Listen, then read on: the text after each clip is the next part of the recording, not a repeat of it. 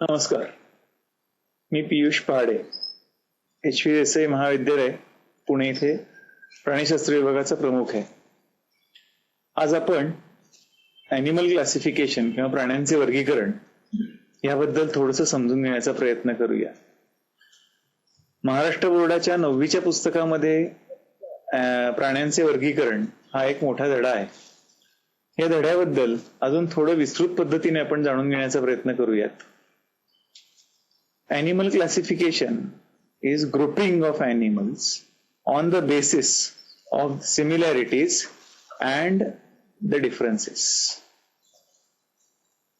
वर्गीकरण करत असताना, आपण कुठलंही वर्गीकरण करत असताना प्रामुख्याने कशाबरोबर त्याच्या जवळ आहे किंवा कशापासून दूर आहे ह्याच्यावरती वर्गीकरण करतो.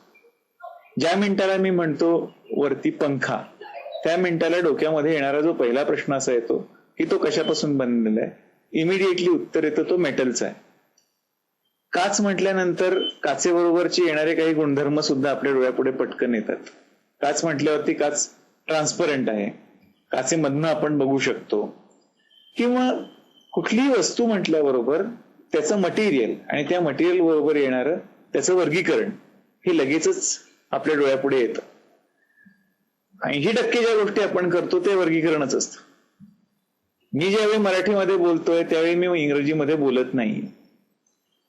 ज्यावेळी मी कपडा म्हणतोय त्यावेळी तो अंगावर घालता येतो अशाच मटेरियलचा आहे, लोखंडाचा कोणी कपडा म्हणत नाही. त्यामुळे वर्गीकरण हा एक महत्वाची बाब आहे आपल्यासाठी. In our day to day life we classify things. 80 to 90% of the job that we do is classification. Now, in other words, grouping of animals on the basis of their similarities and differences is animal classification. प्राण्यांचं वर्गीकरण आपण का करायचं, तर त्याचं प्रमुख कारण असं आहे की प्राणी इतके विविध स्वरूपाचे. मी जर का तुम्हाला म्हणालो की बघा, एक प्राणी आहे की ज्याला 4 पाय आहेत, 2 कान आहेत, 2 डोळे, 1 तोंड आहे, 1 शेपूट आहे, सांगा बरं कोणता प्राणी येतो? तर तुम्ही अनेक प्राणी सांगाल. पण त्या मिनिटाला जर का मी म्हणालो की तो भो भो भो भो असा आवाज काढतो, तर त्या मिनिटाला तुमच्या लक्षात येईल की तो एकमेव प्राणी निघतो, तो म्हणजे कुत्रा निघतो. त्याच्या ऐवजी जर का मी म्हणालो म्याव, तर लगेचच तुम्ही म्हणाल की ते मांजर आहे. काही सारखेपणावरती आपण त्यांचं वर्गीकरण करतो प्राणी म्हणून, पण काही वेगळेपणावरती पण आपण त्यांचं वर्गीकरण करतो. आणि म्हणून क्लासिफिकेशन, ॲनिमल क्लासिफिकेशन, प्राण्यांचं वर्गीकरण महत्वाचा भाग होऊन बसतो. दुसऱ्या पद्धतीचं वर्गीकरण असं असतं की the animals could be very useful or they could be harmful or they could be harmless. हे एक जुन्या पद्धतीचं वर्गीकरण होतं. घोडा म्हणजे उपयुक्त प्राणी, गाढव उपयुक्त प्राणी, वाघ उपयुक्त नाही, धोकेदायकच, कारण की तो माणसांना पूर्वी खायचा. साप पूर्वी ह्या क्लासिफिकेशन, या वर्गीकरणाप्रमाणे आपल्याला त्रास देणार आहे, म्हणजे तो हार्मफुल आहे. पण ज्या मिनिटाला आता तुम्ही सापाचं विष काढता आणि त्या विषापासून व्हॅक्सिन बनवतो, त्या मिनिटाला तो उपयुक्त गटात येऊन बसतो. पण तरी सुद्धा ते एक वर्गीकरण होऊन बसतं. तिसरा भाग असा येतो की क्लासिफिकेशन, वर्गीकरण करत असताना वर्गीकरण केल्यामुळे मी जे बोलतोय आणि तुम्ही जे ऐकता त्याला काहीतरी अर्थ राहतो. एकच शब्द वेगळ्या वेगळ्या भाषांमध्ये वेगळे वेगळे अर्थ देतो. मराठीमध्ये मी जर का बोका हा प्राणी म्हटलं, तर बोका बंगालीमध्ये काहीतरी वेगळाच अर्थ होतो.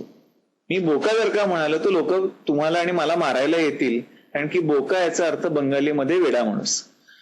सांगायचं तात्पर्य असं येतं की वेगळ्या वेगळ्या भाषांमध्ये त्याच प्राण्याला किंवा वेगळे वेगळे नावं येतात.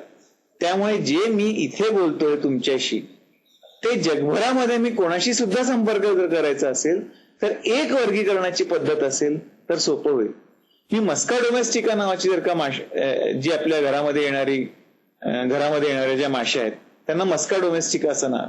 मी मस्का डोमेस्टिका जर का म्हटलं तर भारतामध्ये मस्का डोमेस्टिका म्हणजे घरामध्ये येणाऱ्या माश्या, आणि आफ्रिकेमध्ये सुद्धा मस्का डोमेस्टिका म्हणजे हाऊसफ्लायज. तर थोडक्यामध्ये वर्गीकरणामुळे कन्व्हिनियन्स आणि सेन्स हा एक महत्वाचा मुद्दा ठरतो.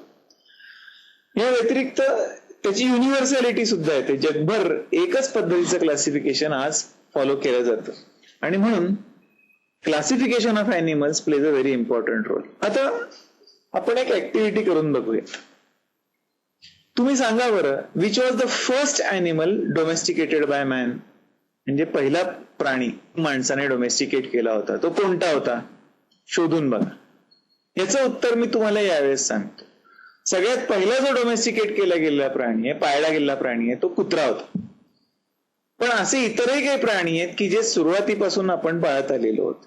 त्यांची नावं सुद्धा तुम्ही शोधून काढू शकता. तुमच्या सरांना विचारा, टीचर्सना विचारा, इंटरनेटवरती माहिती काढून बघा, आपसा मित्रांमध्ये बोला आणि तुम्हाला याची उत्तरं मिळतील. असे तुम्ही 5 प्राणी शोधू शकाल की जे सुरुवातीच्या काळामध्ये डोमेस्टिकेट केले गेलेले आहेत. एक अजून ऍक्टिव्हिटी आपण घेऊयात की why do you think so that we should classify animals? 3 कारणं द्या की आपण प्राण्यांचं वर्गीकरण का केलं पाहिजे. वर्गीकरण प्राण्यांचं करणं का आवश्यक आहे असं तुम्हाला वाटतं? अशी 3 कारणं जर का तुम्ही देऊ शकलात तर दॅट विल बी ग्रेट. काही कारणं आपण आधी बघितलेली आहेत. या व्यतिरिक्त पण अजून काही कारणं आहेत की जी तुम्ही शोधू शकता. शोधा आणि त्याचा आनंद घ्या. एक अजून ऍक्टिव्हिटी बघूयात आपण. इथे काही प्राण्यांची यादी दिलेली आहे, ती तुम्ही त्या स्लाइडमध्ये बघा. लाऊस, त्याचं हॅबिटॅट म्हणजे वास्तव्याचं ठिकाण कोणतं आहे? अमिबा कुठे सापडतो? वाघ कुठे सापडतो? जायंट पांडा नावाचा प्राणी आहे, तो कुठे सापडतो? टर्माइट्स म्हणजे उधई म्हणतो मराठीमध्ये किंवा वाळवी म्हणतो, ती कुठे आढळते? राऊंडवर्म्स म्हणजे जंत, हे कुठे आढळतात? मला माहितीये, मी ज्या मिनिटाला हे शब्द टाकतोय त्या मिनिटाला तुमच्याकडनं उत्तरं येत आहेत. एक अजून ऍक्टिव्हिटी करून बघूया. What do the above listed animals feed on? या प्रत्येक प्राण्याचं खाद्य काहीतरी वेगळं आहे. लाऊस म्हणजे उवांचं खाद्य काय आहे? अमिबाचं खाद्य काय आहे? वाघ काय खातो? जायंट पांडाचं खाद्य काय? हे बघा, हॅबिटॅट आणि त्याचं खाद्य हे नेहमीच एकमेकांना मिळतं जुळतं असतं. प्राण्यांचं वर्गीकरण करताना त्यांचं पर्यावरण हा एक महत्वाचा घटक ठरतो. प्राण्यांमध्ये येणारी वैविध्यता ही त्यांच्या पर्यावरणामुळे आलेली वैविध्यता आहे. आता आपण वर्गीकरणाकडे खऱ्या अर्थाने सुरुवात करूया. ॲनिमल किंगडम म्हणजे किंगडम ॲनिमॅलिया, याचे 2 ठळक गट पडतात. पहिला जो गट आहे त्याला म्हणतो नॉन कॉर्डेटा आणि दुसरा जो गट आहे त्याला म्हणतो आपण कॉर्डेट्स. नॉन कॉर्डेट्स म्हणजे ज्या प्राण्यांना पाठीचा कणा नाही आणि कॉर्डेट्स म्हणजे ज्या प्राण्यांना पाठीचा कणा आहे. आता हे 2 ठळक गट पडतात. जर का आपण ग्रुप नॉन कॉर्डेटा घेतला तर त्याच्यामध्ये आपण पुढची गटवारी करू शकतो. त्याच्यामध्ये जे येतात त्यांना फायलम म्हणतो. फायलम म्हणजे फायलम प्रोटोझोआ, पॉरिफेरा, सिलेंडरेटा, प्लॅटिहेल्मिन्थेस, नेमॅथेल्मिन्थेस, ॲनेलिडा, आर्थ्रोपोडा, मॉलस्का, एकिनोडर्मॅटा आणि हेमिकॉर्डेटा. हा जो सिक्वेन्स आहे हा अत्यंत महत्वाचा आहे. हा वरखाली करून चालत नाही. याचं कारण असं आहे की ज्या पद्धतीने हे प्राणी किंवा हा गट जन्माला आलेला आहे आणि त्याची वृद्धी झालेली आहे त्या सिक्वेन्स मध्ये तो लावला गेलेला आहे. त्यामुळे प्रोटोझोआ किंवा आदिजीव हे सगळ्यात पहिले आलेले आहेत या गटामध्ये, म्हणून प्रोटोझोआ सगळ्यात वरती येतो. पॉरिफेरा हा त्याच्या खाली येतो, सिलेंडरेटा हा खाली येतो आणि हेमिकॉर्डेटा सगळ्यात खाली येतो. आता आपण प्रोटोझोआ पासून सुरू करूया. प्रोटोझोआ म्हणजे आदिजीव. यांचं काय विशेष आहे तर ते सगळे एकपेशीय प्राणी आहेत. दे आर युनिसेल्युलर आणि पेशी कशा आहेत? अतिशय छोट्याशा आहेत. त्यामुळे त्या नॉर्मल आयने आपल्याला सूक्ष्मदर्शकाखालीच बघाव्या लागतात. साध्या दृष्टीने डोळ्याने आपल्याला सहजतेने ते दिसत नाहीत, म्हणून त्यांना म्हणतो युनिसेल्युलर आणि मायक्रोस्कोपिक.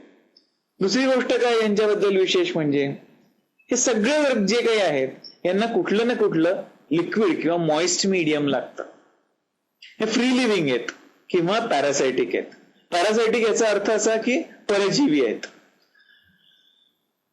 जर का ते फ्री लिव्हिंग असतील तर ते ॲक्वॅटिक आहेत. ॲक्वॅटिक म्हणजे पाण्यात राहतात किंवा जमिनीवर राहत असतील पण मॉइस्ट कंडिशन मध्ये, ओलावा असलेल्या ठिकाणी, किंवा ते सिम्बायटिक असतील म्हणजे कुठल्या तरी प्राण्याबरोबर त्यांची असोसिएशन असेल. उदाहरणार्थ आपण टर्माइट मगाशी बघितलं, उदयी. तर ह्या टर्माइटच्या पोटामध्ये एक प्रकारचे बॅक्टेरिया, एक प्रकारचे प्रोटोझोन्स आपल्याला सापडतात. हे त्यांच्या गटमध्ये राहतात आणि त्यांच्या पोटामध्ये राहतात आणि जे अन्न ते खातात ते पचवण्याचं महत्वाचं काम ते करतात. यांना सिम्बायोटिक अॅनिमल्स म्हणतो आपण. किंवा सॅप्रोबिक आहे, मृत पेशींवरती, मृत आहारावरती जगणाऱ्यांना सॅप्रोबिक म्हणतो. जर ते पॅरासायटिक असतील म्हणजे परजीवी असतील तर ते शरीराच्या अंगावर राहत असतील, शरीरावर राहत असतील दुसऱ्या प्राण्याच्या, म्हणून त्यांना एक्टो पॅरासायटिक किंवा एंडो पॅरासायटिक. जर आतमध्ये राहत असतील, एंटामिबा नावाचा एक पॅरासाइट आहे की जो आपल्या आतड्यांमध्ये राहतो आणि ज्याच्यामुळे अमिबिक डिसेंट्री होते, तर तो एंडो पॅरासाइट आहे.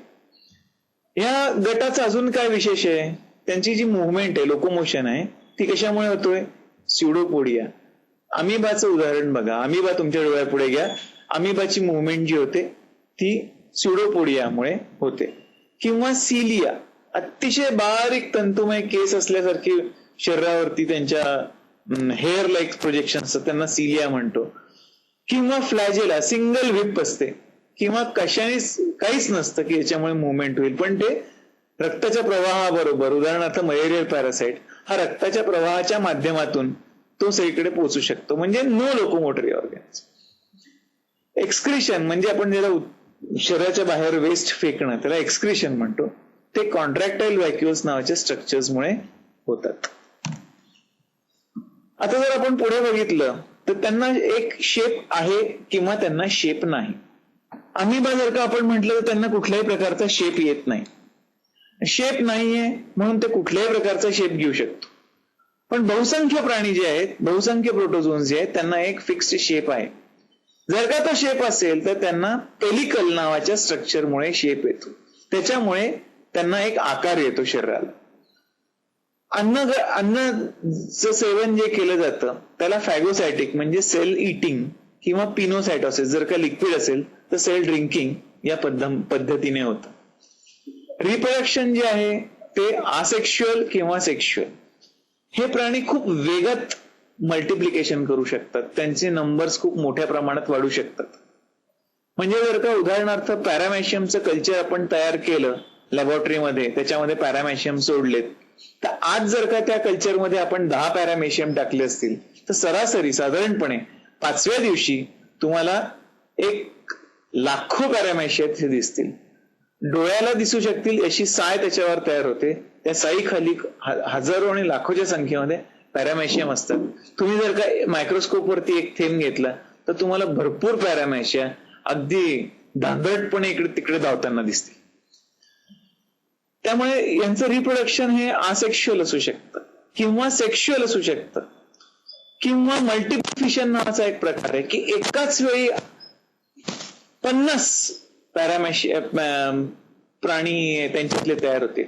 ट्रॅपॅनोसोमा नावाचा एक आदिजीव आहे की जो एकाच वेळी 15, 20, 25 ट्रॅपॅनोसोम्स एकाच वेळी तयार करू शकतो एका सिंगल ट्रॅपॅनोसोम पासून. आणि म्हणून तुम्हाला इथे लक्षात येतं की सेक्शुअल रिप्रोडक्शन हा एक महत्वाचा घटक आहे. दुसरी गोष्ट, हे जगतात. मॉइश्चर संपलं की हे मरू शकतात, त्यामुळे हे रिप्रोडक्शन वरती यांचा जोर खूप असतो. Always by a method called as conjugation. आता आपण पुढची स्लाइड जरा बघूयात. या स्लाइड मध्ये तुम्हाला काही प्रकारचे प्राणी दिसतात. इथे एक अमिबा दिसतोय, तुम्हाला पॅरामॅशियम दिसतोय, तुम्हाला अजूनही काही प्रकारचे इथे प्रोटोझोन्स दिसत आहेत. हे सगळे एकपेशीय आहेत. They are all single cell आणि बहुसंख्यांना स्वतःचा आकार आहे. इथे पॅरामॅशियमला आहे, या बाकीच्याही सिंगल सेल प्रोटोझोन्समुळे व्हॉर्टिसेल आहे, कॉल्पिडियम आहे किंवा इतर जे आहेत यांच्यामुळे तुम्हाला त्यांना एक आकार दिसतो. ह्याच्यामध्ये मात्र तुम्हाला एक फिक्स असा आकार दिसत नाही.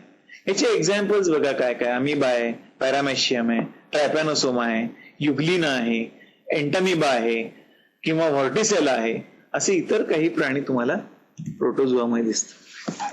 उदाहरण म्हणून आपण एक अमिबा घेऊ. इथे बघा तुम्हाला अमिबा म्हणून 2 वेगळे वेगळे चित्र मुद्दाम दाखवलेले आहेत. एक जो अमिबा दिसतोय तो एका पद्धतीचा आकाराचा दिसतोय आणि अमिबा आता तुम्हाला इथे दुसऱ्या आकाराचा पण दिसतोय. याचा अर्थ काय? अमिबा आकार बदलू शकतो. त्याचा आकार कसा आहे? इरेग्युलर आहे. एक न्यूक्लियस मध्यभागी तुम्हाला दिसतोय.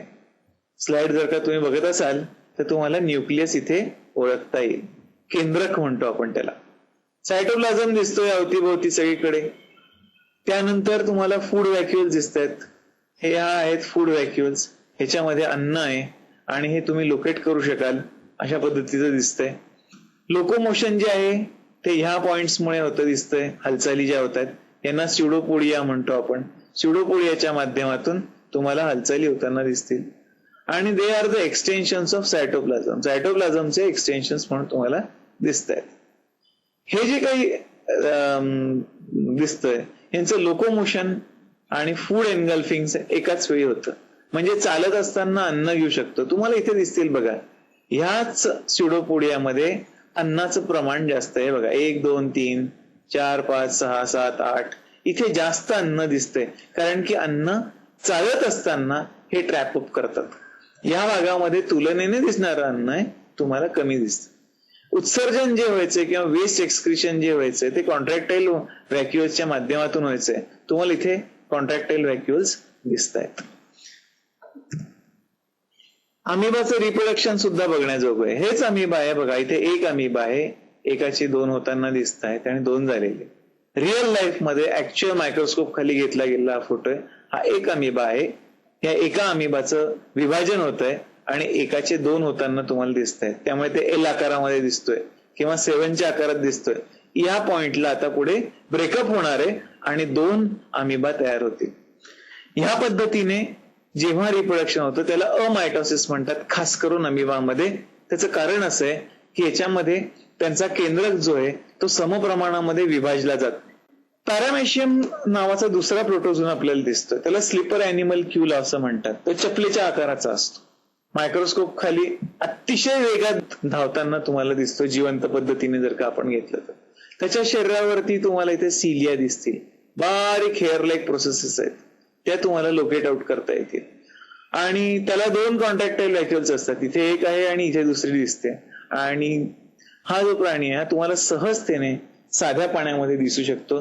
तुम्ही लॅबोरेटरीमध्ये हा प्रकल्प म्हणून वाढवू शकता की साधं गटारीमधलं पाणी, सांडपाणी तुम्ही घेऊन या किंवा एखाद्या तळ्यातलं पाणी घेऊन या कडेला, जिथे थोडंसं शांत असतं ते पाणी, आणि ते तुम्ही वाढवू शकता. थोडंसं गवत आणि गव्हाचे दाणे उकळून गार केलेलं ते पाणी, गवत आणि गव्हाचे दाणे एका ट्रे मध्ये घ्यायचे आणि लॅबोरेटरीमध्ये ते आणलेलं पाणी याच्यामध्ये तुम्ही टाका. म्हणजे अशा पद्धतीने कल्चर तयार होतं. आणि एकदा हे कल्चर तयार झालं की 4 ते 5 दिवसांनी त्याच्यावरती थोडीशी साय आल्यासारखं दिसतं. त्या साईखाली तुम्हाला शेकडोने पॅरामेशियम दिसतील. आता आपण दुसऱ्या गटाकडे जाऊया. पॉरिफेरा हा दुसरा त्याचा गट आहे. या गटाचं काय विशेष आहे तर प्रोटोझोआमध्ये तुम्हाला एकपेशीय प्राणी दिसले. पॉरिफेरामध्ये तुम्हाला बहुपेशीय प्राणी दिसतात. पण यांचं असोसिएशन कसं आहे? यांचं असोसिएशन म्हणजे सगळे एकत्र फक्त आलेले आहेत. जसे आपण एका बसमध्ये प्रवास करतो, शेजारी कोण आहे माहिती नाही, समोर कोण आहे माहिती नाही, व्यक्ती म्हणून दिसते, पण तुम्हाला त्याच्याबद्दल जर का 2 मिनिटं बोलायला सांगितलं तर तुम्हाला प्रश्न पडेल की या माणसाचं नाव काय, मी याला जाणत सुद्धा नाही. पॉरिफेराचं ऍग्रिगेशन असंच आहे. म्हणजे सगळ्या पेशी एकत्र आलेल्या आहेत, एकत्र येऊन एकत्र थांबलेल्या आहेत, या व्यतिरिक्त काही नाही. प्रत्येक पेशी आपलं आपलं काम करते, आपलं आपलं अन्न मिळवते. शेजारी म्हणून जेवढं सामंजस्य असावं लागेल तेवढंच आहे, त्याच्यापेक्षा जास्त असोसिएशन आपल्याला दिसत नाही. या गटाचं काय विशेष आहे? तुम्ही या गटाला कसं ओळखू शकता तर त्याची जी बॉडी आहे ती पोरस आहे, सच्छिद्र आहे. तुम्हाला खूप पोअर्स त्याच्या शरीरावरती दिसतील. दुसरी गोष्ट आहे, सगळेचे सगळे स्पॉन्जेस जे आहेत हे तुम्हाला पाण्यामध्ये सापडतात. मग ते गोड पाणी असेल नाहीतर समुद्रातलं पाणी असेल, म्हणजे फ्रेश वॉटर किंवा मरीन. These are multicellular. मी जसं म्हटलं की बहुपेशीय आहेत आणि ते are loose aggregations of cells. ते अत्यंत लूजली ऍग्रिगेटेड आहे, एकत्रितपणे आलेले आहेत, पण त्यांचा एकमेकांशी काही फार मोठा संबंध नाही. हे लूज ऍग्रिगेशन हा शब्द का महत्वाचा होऊन बसतो तुम्ही जर का असं एक स्पॉन्ज घेतला जिवंत आणि त्याचे 50 तुकडे करून फेकून दिलेत तर 50 तुकड्यांचे 50 स्पॉन्जेस तयार होतील.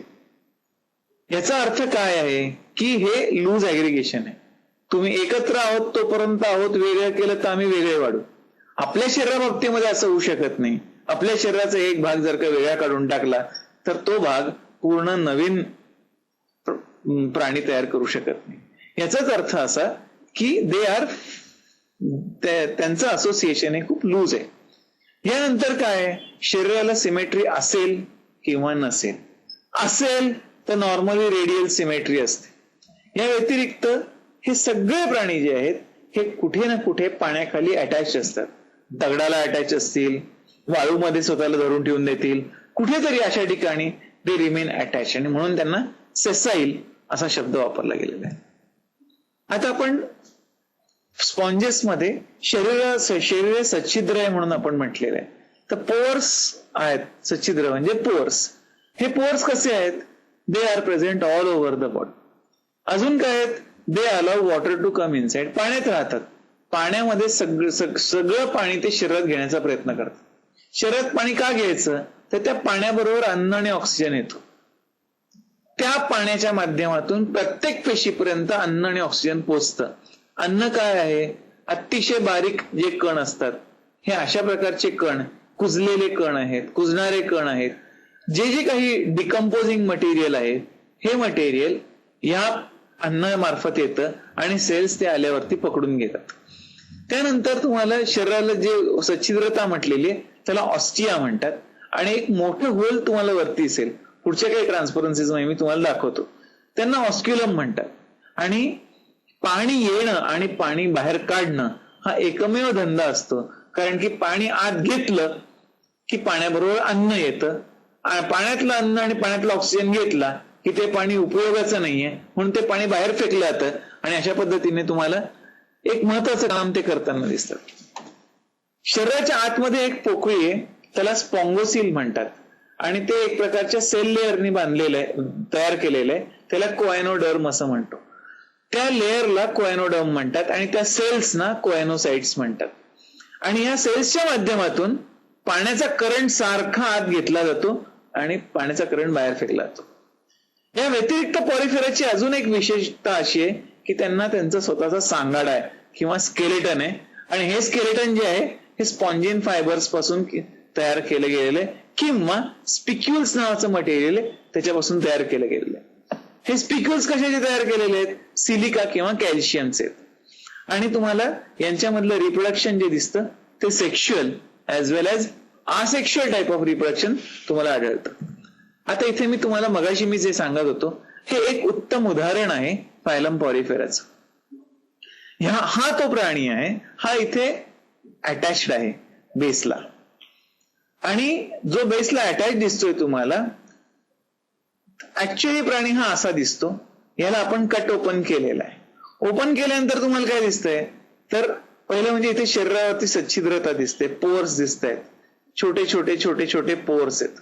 या पोअर्स मधनं पाणी सारखं येत राहतं म्हणून हे ऍरोज तुम्हाला पाणी आत आणणारे ऍरोज म्हणून दिसत आहेत. हे पाणी आत आणल्यानंतर काय, मध्ये एक कॅव्हिटी दिसते. या कॅव्हिटीला आपण काय म्हणतोय, स्पॉन्गोसिल असं कॅव्हिटीचं नाव. आणि एक मोठं ओपनिंग इथे तुम्हाला दिसतंय, याला म्हणतो आपण ऑस्क्युलम किंवा ओपनिंग. त्याच्यामधनं पाणी बाहेर फेकलं जाणार. थोडक्यात काय, पाण्याची मुवमेंट कशी आहे, ऍरोनी आत येणार, आत आल्यानंतर इथे ते थांबणार, इथून ते वरती ढकललं जाणार. म्हणजे पाणी असं आत येणार आणि परत वरती जाणार. So you will be able to see constant movement taking place. या पॉइंटला पाणी वर जावं आणि पाणी हलतं राहावं म्हणून आतल्या बाजूला काही स्पेशलाइज सेल्स आहेत. त्यातला एक दोन पेशी मी तुम्हाला इथे दाखवतोय. या पेशींचा काय विशेष आहे, इथे कॉलर आहे आणि या कॉलर आहे आणि एक सिलिया आहे. याच्या मुवमेंटच्या मदतीने हे पाणी सारखं पुढे ढकललं जातं. आणि म्हणून पॉरिफेरामध्ये ह्या प्राण्यांचा एकच धंदा आहे, पाणी आत घेणे, त्याच्याबरोबर अन्न घेणे, त्याच्याबरोबर ऑक्सिजन घेणे, पाणी बाहेर फेकणे. असा अख्खा एक भला मोठा गट तुम्हाला दिसतो. हे बघा, काही प्रकारचे स्पॉन्जेस आहेत, त्यांचे रंग बघा, अत्यंत सुंदर रंग असतात, ब्राईट कलर्ड असतात समुद्रामध्ये असतात आणि त्यांचं स्वतःचं स्केलेटन सुद्धा अतिशय सुंदर असतं. इथे एक तुम्हाला स्केलेटन दिसतंय ज्याच्यावरती मी ॲरो फिरवतोय. हे जे स्केलेटन तुम्हाला दिसतंय हे युप्लेक्टेला नावाच्या एका प्राण्याचं स्केलेटन आहे. हे इतकं सुंदर आहे. जपानमध्ये हे स्केलेटन अशा पद्धतीचं लग्न झालेल्या दाम्पत्याला दिलं जातं. त्याचा अर्थ असा ते म्हणतात की जशी इथे जाळी आहे तसं तुमचं आयुष्य एकत्रितपणे त्या पिंजऱ्यामध्ये राहावं ह्याच्यासाठी म्हणून ही भेट दिली जाते. हे अत्यंत महागडं स्केलेटन आहे. असे वेगवेगळ्या प्रकारचे तुम्हाला स्पॉन्जेस आढळतात. अतिशय देखणे आणि सुंदर. भारतामध्ये रामेश्वरमच्या जवळच्या कोस्टवरती तुम्हाला अनेक प्रकारचे स्पॉन्जेस आढळतात. समुद्र किनाऱ्यावरती पाण्याच्या लाटेबरोबर हे बाहेर फेकले गेलेले असतात. हे त्यांची कॅनल सिस्टीम आहे. पाणी आत कसं येतं आणि पाणी बाहेर कसं फेकलं जातं हे थोडक्यात दाखवायचा प्रयत्न केला गेलेला आहे. जशी जशी पेशी संख्या वाढत जाते तशी तशी त्याची पद्धतही बदलत जाते हे सुद्धा दिसतं. मी तुम्हाला सांगाडा म्हटलं होतं त्यांचा स्पिक्यूल टाइप्स. तर हे बघा हे त्याचे सांगाड्याचे घटक आहेत. त्यांना म्हणतात ट्रायएक्झॉन्स किंवा मोनोएक्झॉन्स किंवा टेट्रॅक्टाइन्स किंवा पॉलिएक्टाइन्स. हे जे वेगवेगळ्या प्रकारचे स्पिक्यूल्स आहेत ते तुम्हाला इथे आढळतात. आता त्याचं पुढचं वर्गीकरण जर का म्हटलं तर 3 क्लासेस आहेत. एक आहे कॅल्केरिया जो कॅल्शियम कार्बोनेटचे स्पिक्यूल्स असतात. दुसरा आहे हेक्झॅक्टिनेलिडा की ज्याचे स्पिक्यूल्स हे सिलिकॉन म्हणजे वाळूचा जो घटक असतो त्याच्यापासून बनवलेले असतात. आणि तिसरा जो आहे डेमोस्पॉन्जी की ज्याचे घटक हे स्पॉन्जिन फायबर्स म्हणजे एक प्रकारच्या प्रोटीन पासून बनवलेले असतात. आता आपण एक ऍक्टिव्हिटी बघूया तिथे महत्वाचा आहे तो. त्याची तुम्ही एक सिक्वेन्स मध्ये तो लिहून काढायचा. दुसरं काय आहे 5 ॲनिमल्स ऑफ सिलेंडरेटा, पॉरिफेरा, मॉलस्का आणि एकिनोडर्मेटा. आता तुम्ही म्हणाल अजून आपण कुठे सिलेंडरेटा शिकलेलोय, मॉलस्का शिकलेलोय, एकिनोडर्मेटा शिकलेलोय. तुम्ही शिकलेला आहात की नाही विचार तर करून बघा. जुळतंय का? नाही झालं तर ह्या ऍक्टिव्हिटीच्या अखेरीस तुम्हाला हे सगळं तसंही कळणारच आहे. त्यानंतर इथे काही मी प्राणी दिलेले आहेत. Cockroach, Euspongia, Venus flower basket, amoeba, tapeworm, Ascaris, crab, scorpion, jellyfish, hydra, pearl oyster, starfish, brittle star, sea cucumber असे काही प्राणी दिलेले आहेत. हे माझ्या प्रेझेंटेशन मध्ये पुढे येतील. पण हे प्राणी कुठल्या गटामध्ये बसतायत हे तुम्ही टाकायचं आहे. इमॅजिन करा की मी तुम्हाला एक मोठी टोपली दिलेली आहे त्याच्यामध्ये हे सगळे प्राणी भरून दिलेले आहेत आणि छोट्या छोट्या टोपल्यांमध्ये तुम्ही रिस्पेक्टिव्ह गटामध्ये त्यांना टाकायचंय. तुम्ही कसं टाकाल थोडासा विचार करा आणि फायलमची नावांप्रमाणे त्यांना त्या त्या गटात टाकून बघा. त्यानंतर हे तर तुम्ही सहज सांगू शकाल. Name 2 important characters of phylum Porifera. तुम्ही ही 2 कॅरेक्टर्स त्याच्याबद्दल सांगायचे. तसेच त्याच्यामध्ये कॅनल सिस्टीम आहे. सेकंड लास्ट स्लाइड जी दाखवली होती ती कॅनल सिस्टीमची होती. Okay, what flows through the canal system. काय वाहतं त्या कॅनल सिस्टीम मधनं, का वाहतं हे तुम्ही सांगू शकाल. आणि आता मी एक अजून मुद्दा टाकणार आहे. What is the meaning of medusoid form. तुम्ही याच्याबद्दल नक्कीच म्हणाल आम्हाला याचं काहीच माहिती नाही. थोडस लक्ष द्या. ह्याच्या पुढे येणारी स्लाइड तुम्हाला मेड्युसॉइड फॉर्म बद्दल नक्कीच सांगेल. आता आपण जाऊया तिसरा गट ज्याचं नाव आहे सिलेंडरेटा किंवा निडारिया. निडारिया किंवा सिलेंडरेटा हा एक अत्यंत महत्वाचा गट आहे. ग्रीक मध्ये कॉयलॉस म्हणजे हॉलो आणि एंटेरॉन म्हणजे इंटेस्टाईन किंवा ऍक्च्युअली पोकळी. निडारिया म्हणून जो गट आता मानला तो त्याच्यामध्ये स्टिंगिंग सेल्स असतात किंवा स्टिंग करणारे दंश करणारे जे सेल्स आहेत त्या गटाला निडारिया म्हटलेलं. या गटाचं काय विशेष आहे तर यांचे टिश्यू ग्रेड ऑर्गनायझेशन आहे. मागे मी काय म्हटलं होतं सेल ग्रेड ऑर्गनायझेशन म्हटलं होतं. सेल ग्रेड ऑर्गनायझेशन म्हणजे काय पेशी एकत्र आलेले आहेत बाकी पुढे काही नाही. टिश्यू ग्रेड ऑर्गनायझेशन म्हणजे काय की निव्वळ त्या एकत्र आलेल्या नाहीये तर त्याच्याबरोबर त्यांचं पुढचं असोसिएशन आता दिसायला लागलेलं आहे. त्यांच्यामध्ये काही प्रकारचे युजफुल इंटरॅक्शन होत आहेत आणि they are trying to live together. म्हणजे त्यांना जर का तुम्ही आता वेगळा करायचा प्रयत्न केला तर त्यांचं जगणं तितकंसं सोपं होत नाही. आता अजून काय हे जे प्राणी आहेत हे दोन गटामध्ये सापडतात तुम्हाला, दोन प्रकारात सापडतात. एक तर त्यांना पॉलिप्स म्हणतो, म्हणजे हायड्राच्या आकाराचे जे त्यांना पॉलिप्स म्हणतो आपण, किंवा दुसरा जो गट दिसतो त्यांना मेड्युसॉइड्स आपण म्हणतो. मेड्युसॉइड्स म्हणजे छत्रीच्या आकाराचे. तर हे दोन गटामध्ये सापडतात. पॉलिप्स जे आहेत they R cylindrical forms. Body is hydra like and sedentary. तर मेड्युसॉइड्स कसे आहेत, अम्ब्रेला शेप आहे. उदाहरणार्थ जेलीफिश. आता इथे तुम्हाला मी एक उदाहरण दाखवतोय हायड्रॉइड फॉर्म्स. त्याचं नाव आहे हायड्रा. हा हायड्रा नावाचा प्राणी आहे.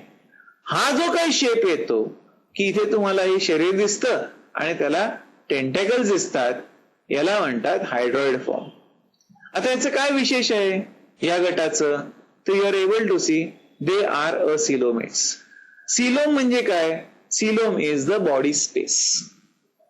बॉडी स्पेस म्हणजे काय, तर अशी जागा की ज्याच्यामध्ये अवयव ठेवले जाऊ शकतात. उदाहरणात सांगायचं झालं की तुम्हाला तुमच्या आईने सांगितलं जा आणि पटकन जाऊन 2 भाज्या घेऊन या. तुम्ही तडक उठाल, पैसे घेऊन जाल आणि दुकानदाराला सांगाल की भाजीवाल्या बाईला सांगाल की मला 1 किलो टमाटे द्या, 1 किलो कांदे द्या. कांदे दिल्यानंतर ती म्हणते पिशवी. मग त्यावेळी तुमच्या हातात काही पिशवी नसते. जर का तुम्ही तुमच्याबरोबर पिशवी नेली असेल तर तुम्ही पहिले पिशवी पुढे कराल, त्याच्यात कांदे येतील, त्याच्यानंतर टमाटे येतील. ज्यावेळी तुमच्याकडे पिशवी नाहीये म्हणजे ती स्पेस तुमच्याकडे नाहीये ज्याच्यामध्ये ती वस्तू तुम्ही ठेवू शकता. तसंच प्रकारे म्हणजे पिशवी तुम्ही आधी घेऊन जाता, याचाच अर्थ काय, ती स्पेस तुम्ही आधी घेऊन जाता. प्राण्यांमध्ये जर का अवयव ठेवायचे असतील तर एक वेगळी पिशवी तयार केलेली असते.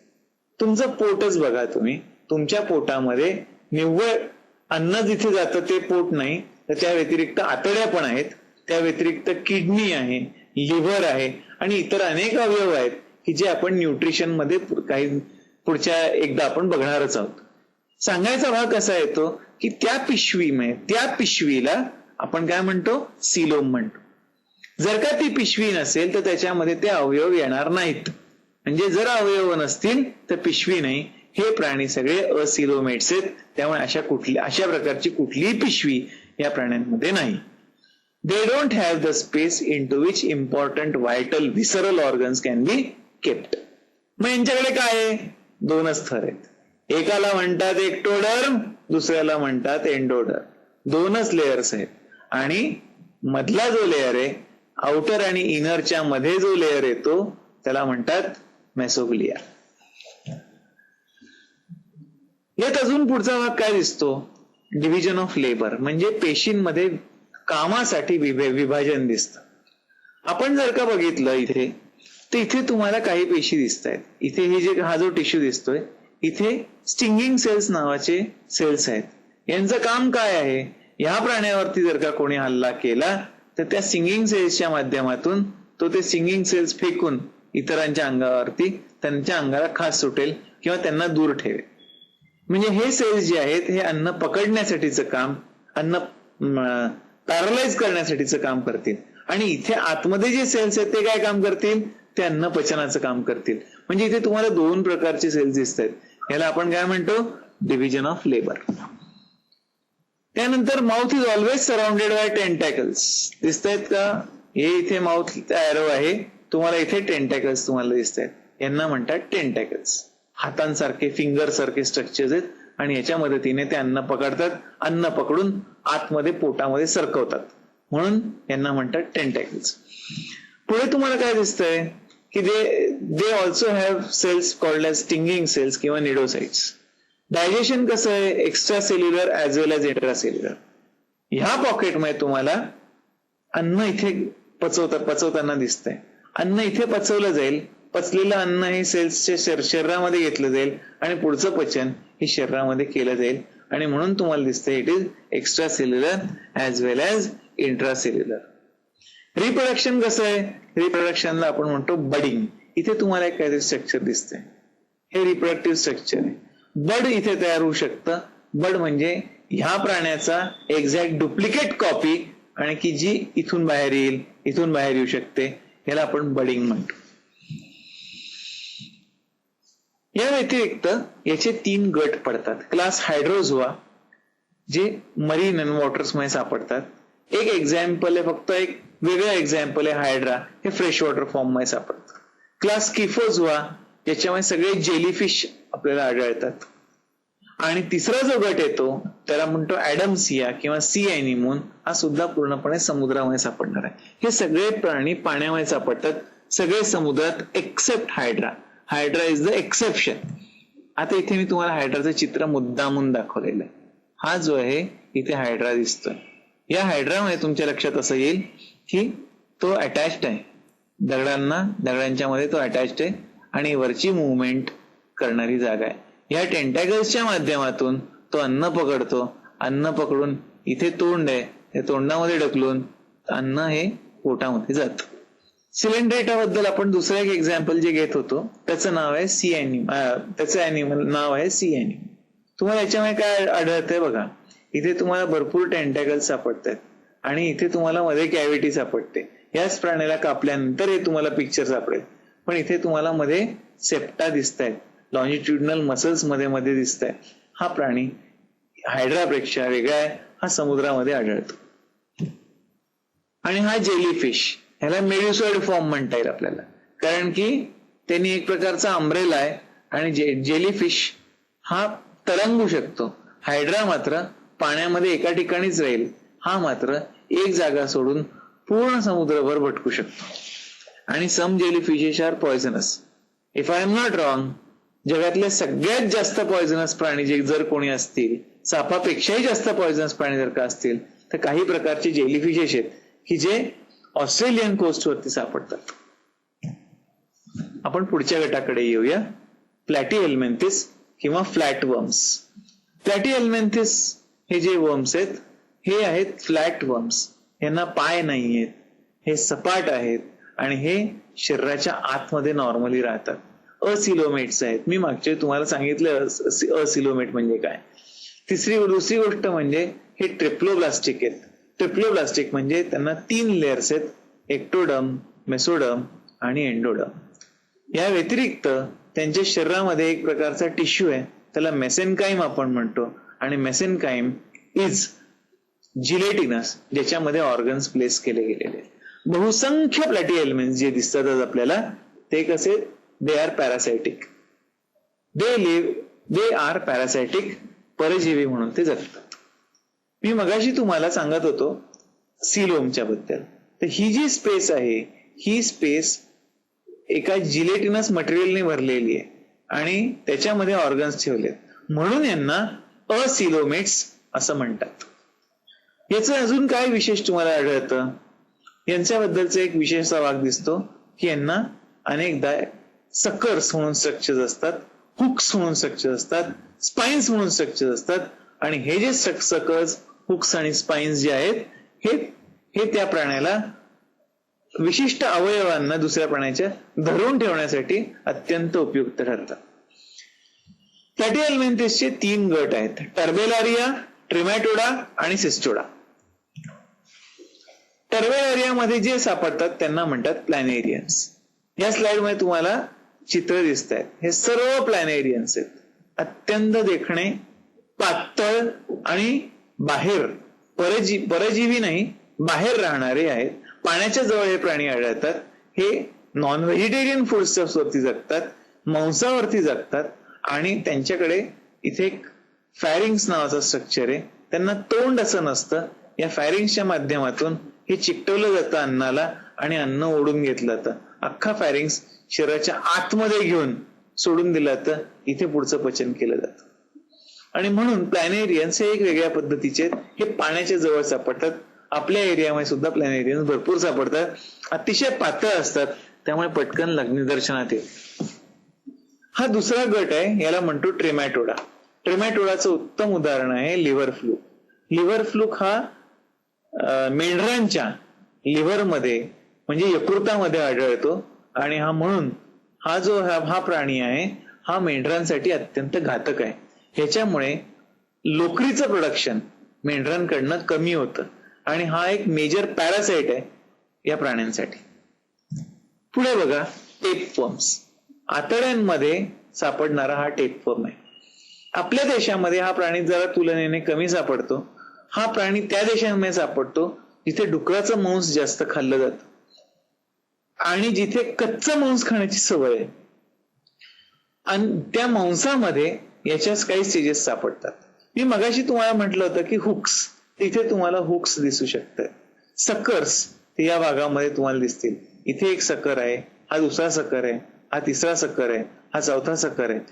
हुक्स आणि सकर्सच्या माध्यमातून हा प्राणी दुसऱ्या प्राण्यांच्या आतड्यांमध्ये चिकटून बसतो.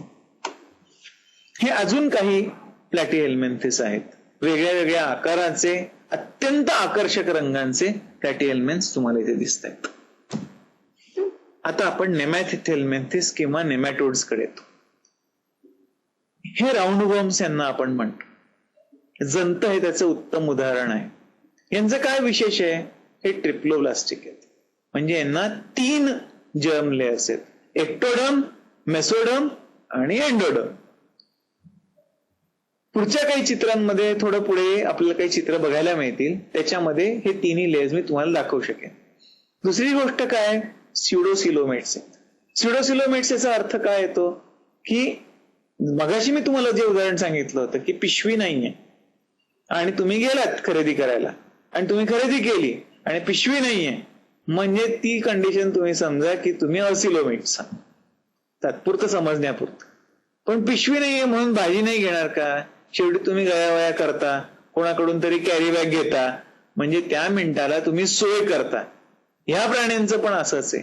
ज्या वेळेला ह्या प्राण्यांचा जन्म होतो त्यावेळी ह्या प्राण्यांच्याकडे स्वतःची पिशवी नसते. पण जसे आतमधले अवयव वाढायला लागतात तशी त्यांना गरज भासायला लागते. मग अवतीभोवतीचा टिश्यू काढून पोटामध्ये एक नवी पिशवी तयार केली जाते. म्हणून यांना काय म्हणतात? खोटी पिशवी, म्हणजे स्युडोसिलोमेट्स. हा गट जो आहे ह्याला स्युडोसिलोमेट्स म्हणतात. यांच्यामध्ये सेक्सेस सेपरेट आहेत. फर्टिलायझेशन हे इंटरनल आहेत आणि ऍस्कॅरिस म्हणजे जंत, फायलेरिया म्हणजे हत्ती रोगाचा प्राणी आणि हुकवर्म्स अशा काही एक्झाम्पल्स तुम्हाला आढळतात. मी तुम्हाला जे मगाशी सांगत होतो आता स्लाइडकडे जरा लक्ष द्याल. स्लाइडकडे जर का तुम्ही बघितलं तर तुम्हाला स्लाइडमध्ये असं लक्षात येईल की इथे स्युडोसिलोम दिसते. म्हणजे काय? इथे पोकळी निर्माण केली गेलेली आहे. इथे तुम्हाला 3 लेयर्स दिसत आहेत. एक आहे एंडोडर्म आतल्या बाजूला सगळ्यात, मग तुम्हाला दिसतोय मेसोडर्म आणि एक्टोडर्म, आणि ही खोटी पोकळी निर्माण झालेली आहे ज्याच्यामध्ये हे अवयव ठेवले गेलेले. ऍज अगेन्स्ट तुमच्या माझ्यामध्ये किंवा हायर अॅनिमल्स मध्ये ज्यांना आपण सिलोमेट्स म्हणतो, आधी पोकळी तयार होते आणि मग त्याच्यामध्ये ऑर्गन्स प्लेस केले जातात. त्यामुळे मस्त कंपार्टमेंट्स वगैरे करून त्याच्यामध्ये अवयव ठेवता येतात. आणि म्हणून सिलोमेट्स हे असिलोमेट्स पेक्षा किंवा स्युडोसिलोमेट्स पेक्षा जास्त बेटर पद्धतीने डेव्हलप झाले. आता आपण जे बोलत होतो याच्यामध्ये ऍस्कॅरिस लुम्ब्रिकॉइडिस हा जंत म्हणून म्हणतो. याच्यात तुम्हाला मादी दिसते, ही फिमेल आहे. Female is longer than the male. दुसरी गोष्ट, नरामध्ये तुम्हाला कर्व्ड एंड दिसतोय. हे दोन्हीही परजीवी आहेत, आपल्या आतड्यांमध्ये सापडतात. आता ह्या ऍक्टिव्हिटीकडे आपण येऊयात बरं. ऍस्कॅरिस कुठे आढळतो? Ascaris is found to infect dash organ of the body. शरीराच्या कुठल्या अवयवामध्ये आढळतो? कुठल्या प्रकारचं सिलोम तुम्हाला ऍस्कॅरिस मध्ये सापडतं? सिलोम बद्दल मी बरंच बोललेलो आहे. Digestive system has a mouth and a separate anus. Such a kind of system is called as what? शोधून काढा. मी पुढे उत्तर देणारच आहे, पण आता तुम्ही याच्याकडे लक्ष द्या. त्यानंतर सिमेट्री इन नेमॅटोड्स, म्हणजे बॉडीचा जो शेप आहे तो कशा प्रकारचे, सिमेट्रिकल आहेत की नाही, बायलॅटरल आहे का रेडियल आहे की कशी आहे, याच्याबद्दल तुम्ही माहिती काढा. स्कोलेक्स हे स्ट्रक्चर कुठल्या वर्म मध्ये आढळतं ते शोधून काढा. मी तुम्हाला तो वर्म दाखवलाय, पण मी सांगितलं नव्हतं की याला स्कोलेक्स म्हणतात म्हणून. त्यानंतर सेन्स ऑर्गन्सचं कॉन्सन्ट्रेशन सगळं एकत्रितपणे येतं, त्याला काय म्हणतात? हे बघा, आपल्याच बाबतीमध्ये डोळे, कान, नाक, जीभ हे सगळे जे अवयव आहेत हे मेंदूच्या जवळ आहेत.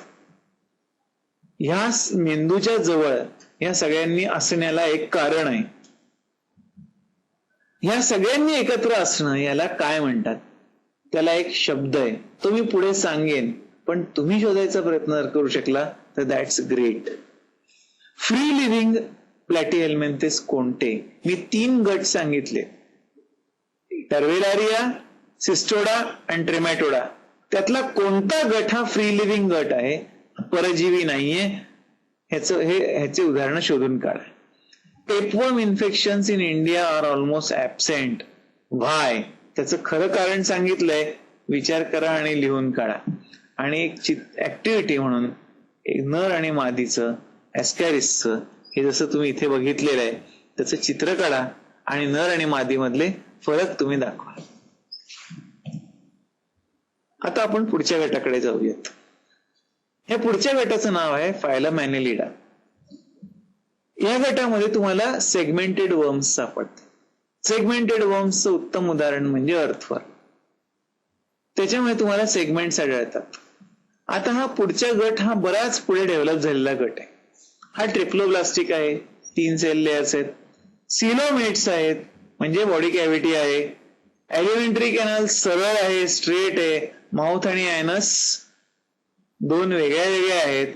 ह्या प्लॅनला म्हणतात tube within a tube plan.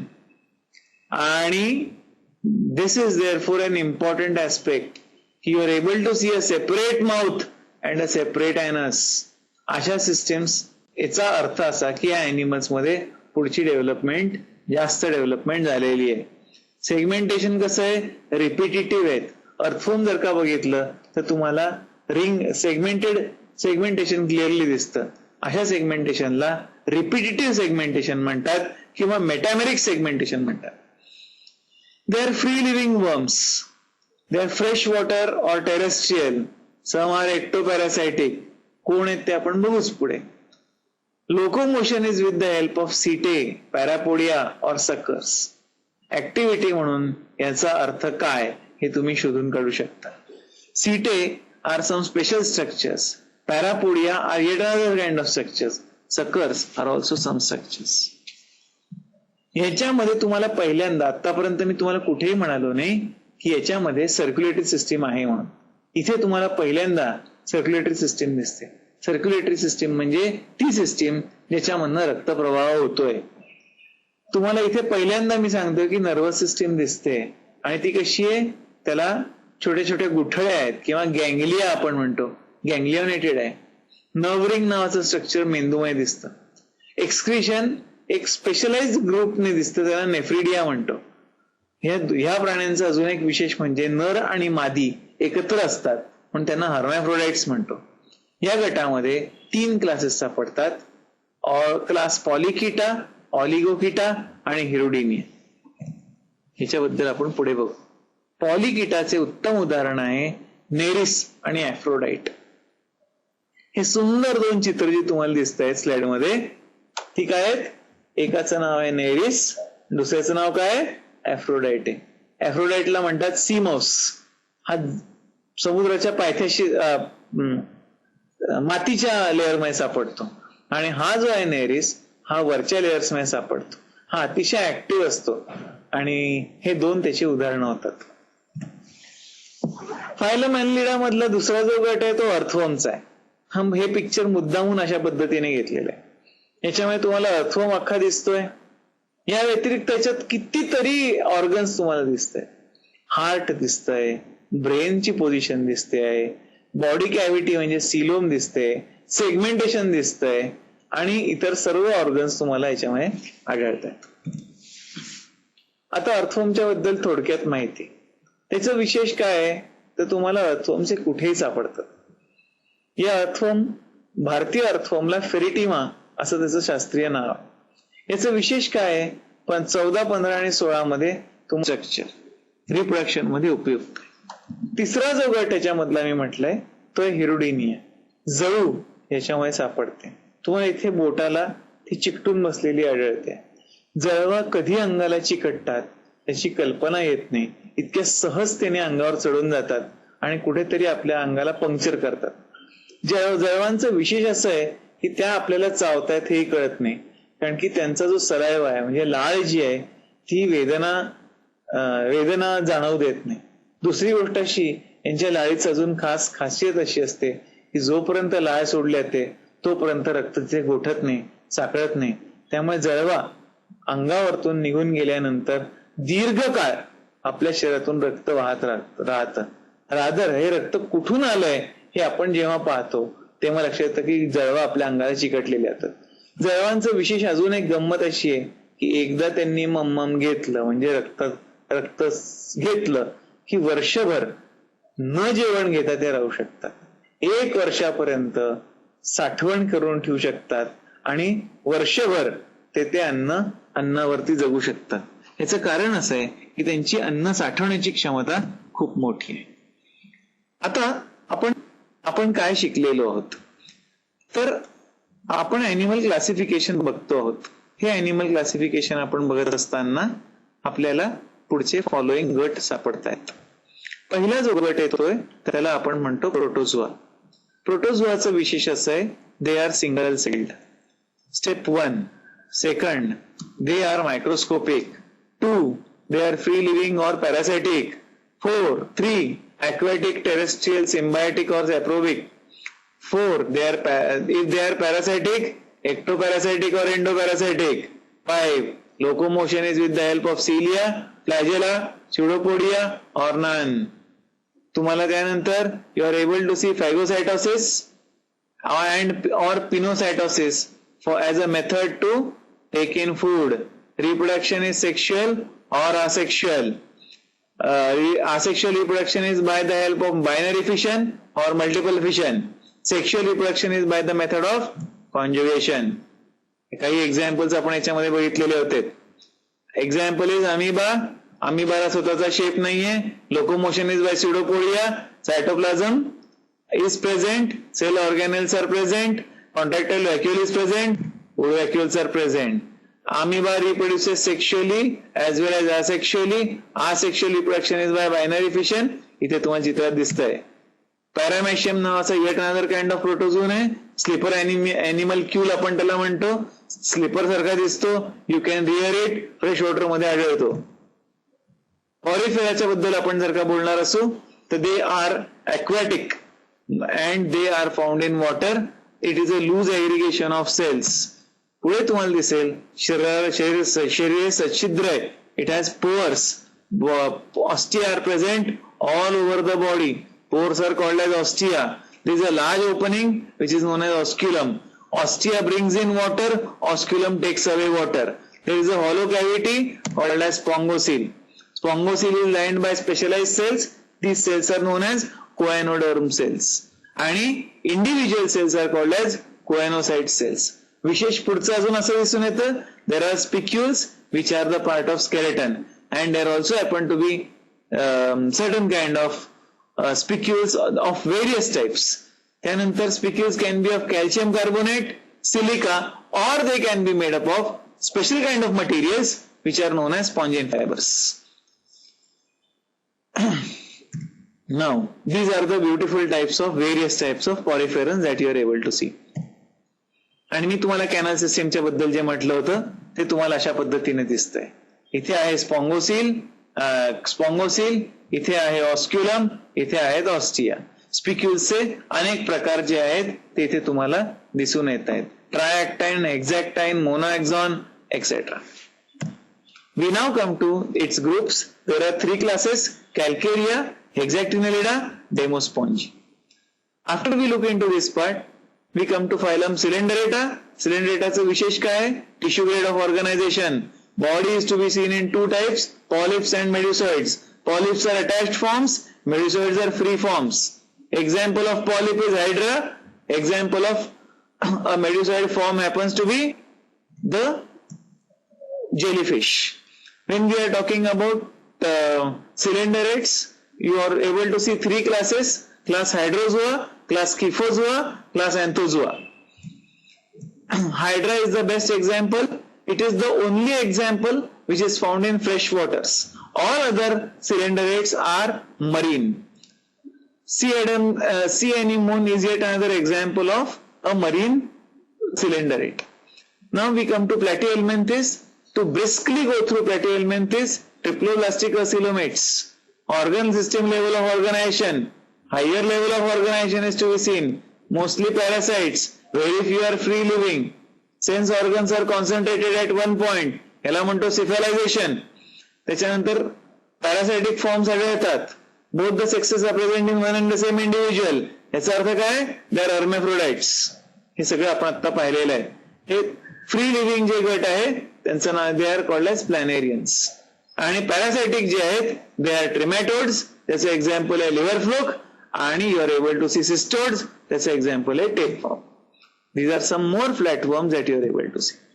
We come to Nemathelminthes. Nemathelminthes are known as roundworms. Example is Zanta. You are able to see they are pseudocoelomates. Sexes are separate. Ascaris, Filaria, hookworms are some examples. Pseudocoelomates आणि coelomates मधला फरक काय आहे? Cavity is formed after the animal is formed. Cavity is formed before the animal is being formed. There is a definite plan to be seen in the coelomates. Zanta is an example of Nemathelminthes. Now we come to Annelida.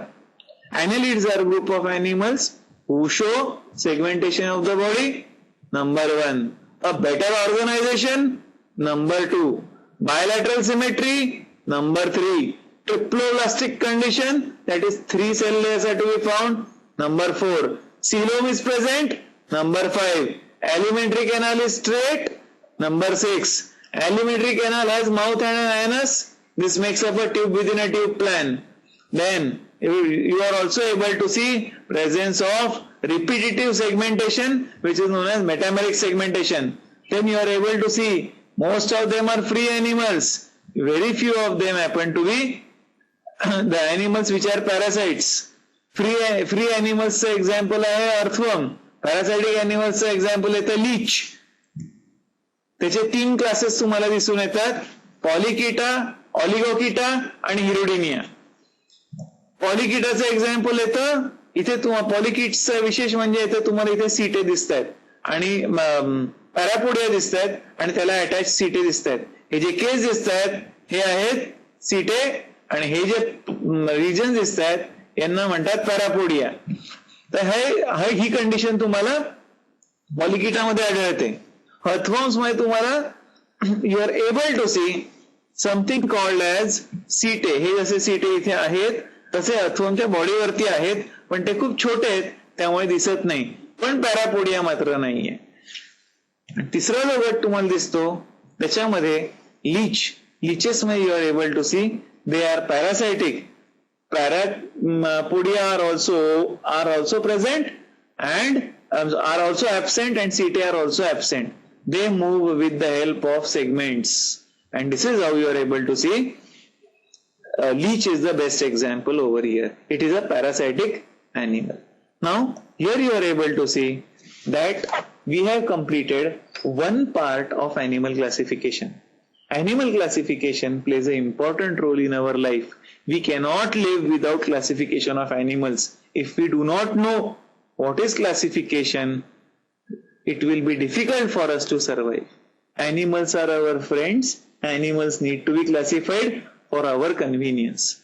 And this was the first presentation related to animal classification. I hope you have enjoyed it. You are going to study hard. You are going to solve all the activities that have been given over here. Whatever doubts and questions have, you can mail your questions. Thank you so much for a patient listening.